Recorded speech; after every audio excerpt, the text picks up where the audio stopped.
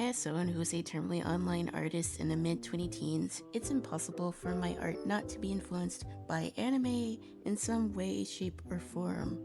I grew up with 4 kids. I was on the internet way younger than I should have been, looking at anime forums to figure out what was going to happen in the next episode of a show. I also remember looking on YouTube to see if there was any new English dubs of anime that I was trying to follow. It was a time on the internet where if you openly admit that you liked anime, you were still considered to be weird and you may be bullied for it. Tumblr was still a place where a lot of people congregated to go for fan theories and fan art, and yeah, the internet was definitely a different place 10 years ago compared to where it is now. Since COVID and everyone was stuck at their home, anime became really popular very quickly. And it's never been easier to find a random anime series and binge it in one sitting with the advent and proliferation of streaming services. Now, ordinarily, having a bunch of new people in a fandom I think is actually a good thing. I don't believe in gatekeeping or calling anyone a tourist just because they're new to a series or show. I think gatekeeping in most cases is actually pretty corny. But in the year of our Lord 2025, I've gotta say, I'm kinda burnt out on anime. And not for the reasons that you think. I'm Ayasuna and I make videos, more specifically art videos. But I've also been dabbling more into variety lately if you've seen my shorts and YouTube VODs. The reason I bring up my relationship with anime and how it relates to my art is because anime has influenced a lot of artists, especially in the 5 or so years. Of course, part of this is due to COVID and a lot of the popular media going on at that time. Genshin Impact, while technically not anime, is heavily anime inspired, and since a lot of people were playing the game, a lot of other people decided that they wanted to learn how to draw like these characters. People making art of their favorite game or other form of media is not new, and if anything, fan creation has led the growth of other series. For a lot of people, these fandom discussions serve as a bit of a third place that is lacking in society these days. Obviously, there's jerks in every fandom, but that was just to be expected. It's the internet after all. But in the past few years, there's been a troubling trend of anti-intellectualism in the anime community, and it's sort of fueling my burnout with anime overall. Which kinda sucks. There's a lot of good shows that came out this year. There's Gachiakuda, a new season of Dandadan, Sakamoto Days, The Summer Hikaru Died, and many other series that I want to watch. A lot of the long-standing series have ended or are nearing their end, so it's leaving the space open for a lot of newer artists and storytellers, and it's a pretty exciting time to be an anime fan. And you would think it would be easy to want to engage with others online talking about these newer shows. But if the Anime Man controversy isn't proof enough, the anime space is still pretty up in arms. It's this smug elitism that is turning away a lot of newer fans, and me, someone who's been watching anime for pretty much all of my life. It doesn't matter how many figurines you own of a particular character, or what body pillows you have, or what type of anime you consume. If you like anime, you are an anime fan. And don't let any elitist tell you otherwise. I notice the same type of mentality when it comes to gamers and gaming communities. I used to be a League player, and I also played Overwatch for a bit when I was a teenager, so I definitely know toxicity when I see it. Maybe I'm just getting older, but a lot of this rage bait toxic stuff is really getting old and on my nerves, and I decided to make this a video. It's not exactly surprising that the whole anime tourist thing that's been going on these past couple years is oftentimes rooted in bigoted beliefs. Whether it's false misconceptions or just downright racism and sexism, the anime space is sort of becoming a bit more exclusionary despite being bigger than it ever was. I already made a video talking about the purity culture in fandom spaces, and anime is no exception to that. I can sort of understand this point of view. It comes from mainly younger fans. They may not be exposed to the Wild West that was fandom culture for older Zoomers, Millennials, and Gen X. I do think it's a little bit annoying to be told you can't ship to adult characters for any X, Y, or Z reason. Who cares? They're adults. I don't see an issue with it. But the anti-intellectual space in the anime fandom and in other fandoms is the more sinister side of the coin here.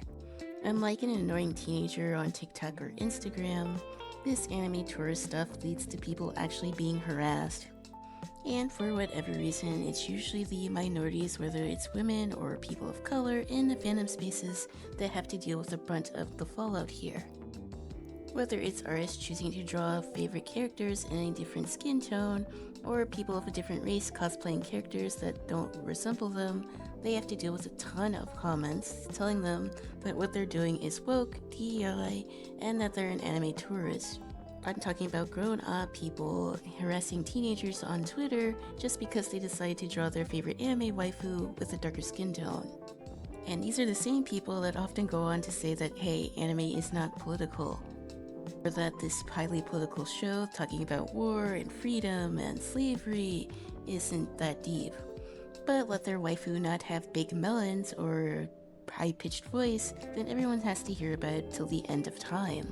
And it's this weird disconnect that made me not want to really engage with modern anime fandoms in the current political space.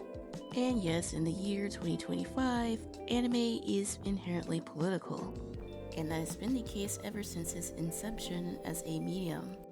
A lot of the comic strips that would go on to become manga started off as reflection of a post-war Japan. If not for World War II, a lot of the anime and manga that we enjoy today in context of the war likely would have never even came to be. And saying that is not controversial is quite literally the truth. Astro Boy isn't just some happy-go-lucky kid, and despite the heavily stylized world that the series takes place in, it does tackle quite heavy themes such as anti-war sentiment, the balance of trying to preserve nature as well as human development, among other things such as discrimination as well. These themes aren't too terribly surprising since the creator, Osamu Tezuka, actually grew up during World War II. The whole notion of Astro Boy was actually to talk about the use of nuclear weapons as well as the impending Cold War. The reason I'm bringing up Astro Boy and Tezuka is that he is considered to be the godfather of manga. If not for Astro Boy, a lot of the modern shonen that exists today likely wouldn't even came to be. I fell down the Astro Boy rabbit hole when I watched Pluto for the first time with my friends. And again, it's not just anime and manga that has this distinction about talking about cultural events. Superman and Captain America and a lot of superheroes were also very popular during this time. Superman, of course, was quite literally an immigrant himself. It also posed other heavy anti-war themes. Despite all the things that Superman pretty much had to deal with, he still had hope for humanity and knew that people could become a better version of themselves. And if it didn't get any clearer, there's both depictions of Captain America and Superman punching Nazis and the Klan. Do with that information what you will. They did not like bigots. Unsurprisingly, after the horrors of World War II and the subsequent wars after the fact, a lot of anti-war media became quite prominent. The same also happened after the Vietnam War too. Star Wars was created in response to the Vietnamese War. It's also why I don't really understand why some people pretend that art and anime don't have any potential political leanings. Even for fictional stories, a lot of what an author writes is likely due to their own lived experiences. Art and storytelling have been used for political purposes since antiquity. The Epic of Gilgamesh, the oldest story ever told, has political themes. And that story is over 4,000 years old. The same could also be said for the Iliad as well as the Odyssey. A lot of the classical literature that we read growing up in school is also quite political, and that's for a good reason. Even if they're fictional works, we are still supposed to take lessons from them. When we think about art history, we don't always think about the media that we currently consume as being part of it. But it very much is, and when people try to diminish that, it's a very troubling sign for humanity and society. If artists feel like they can't talk about their personal experiences without someone being upset, then that's a bad thing for the genre as a whole.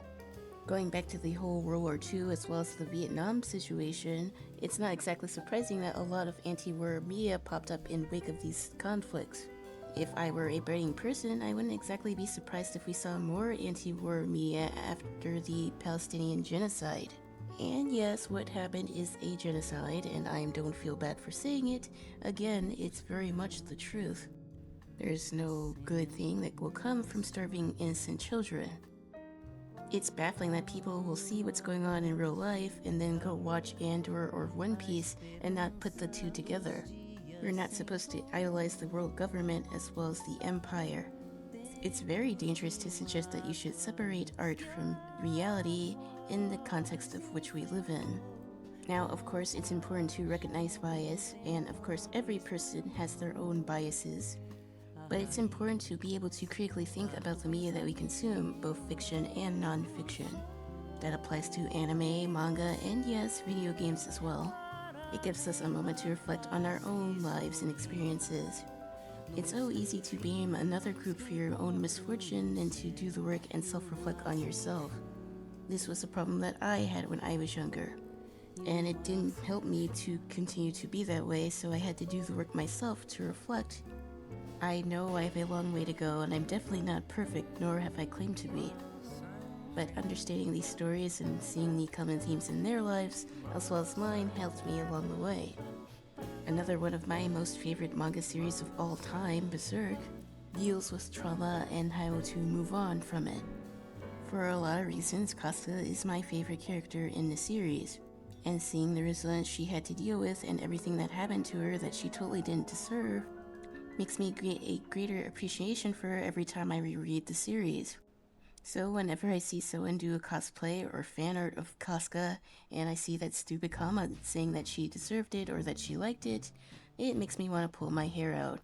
It's not even some funny meme, it's truly a mischaracterization of her character and the story itself. It's like y'all seen the masterpiece that is Berserk and took the entirely wrong message from it.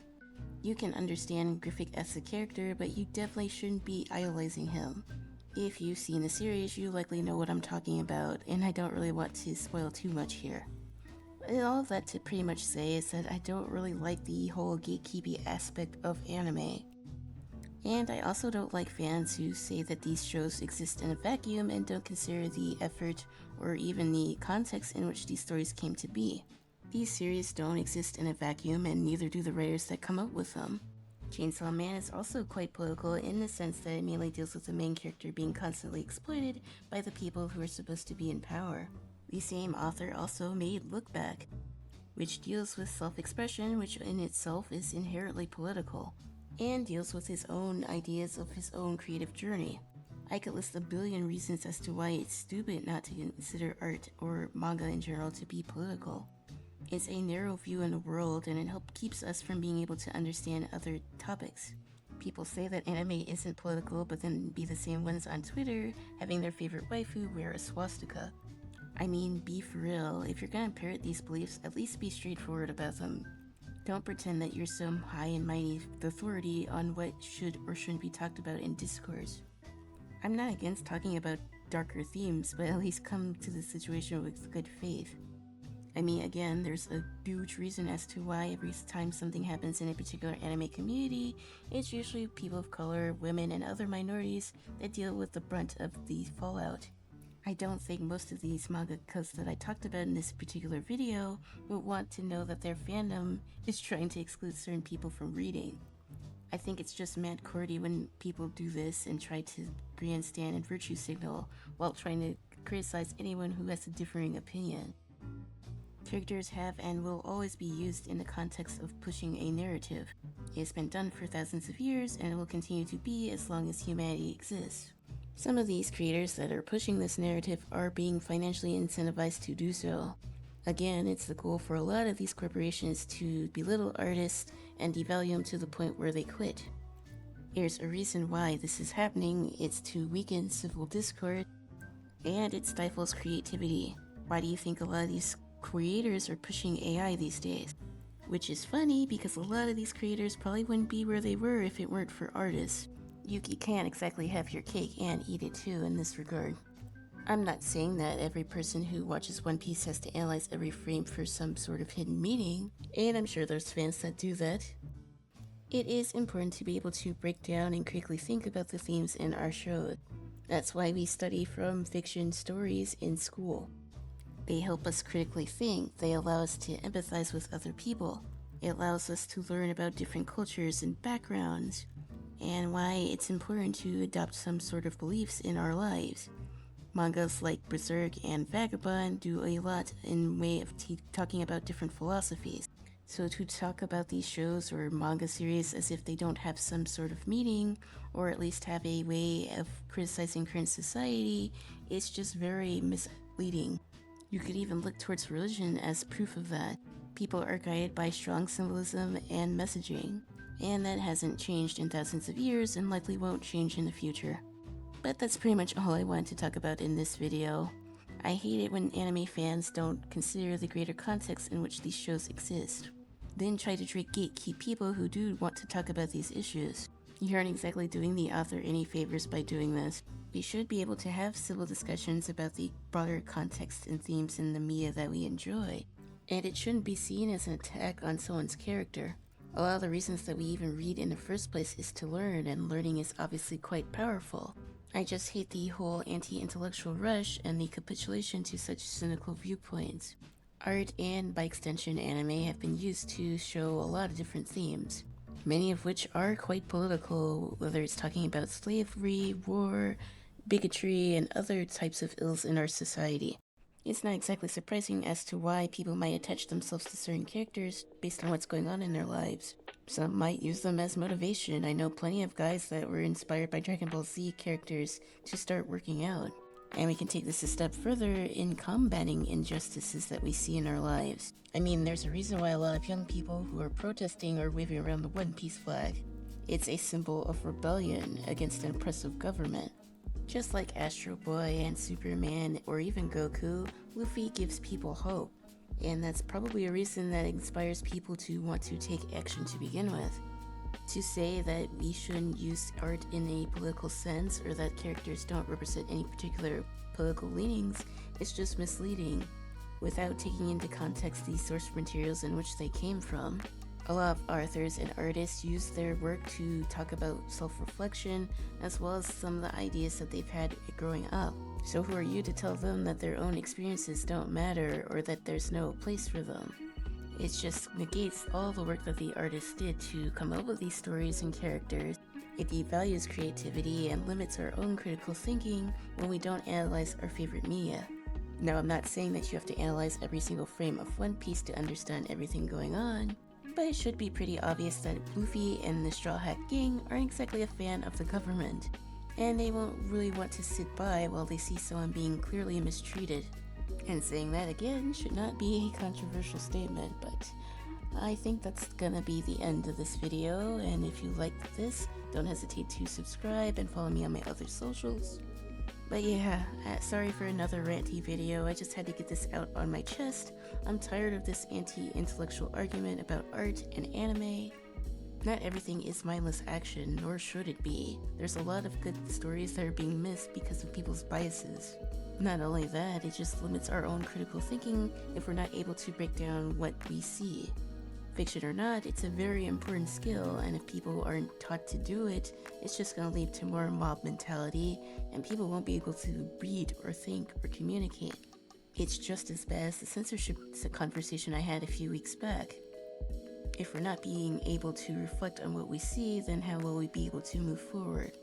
If you have anything to add to this conversation, let me know down in the comments. But until then, goodbye and take care. Peace.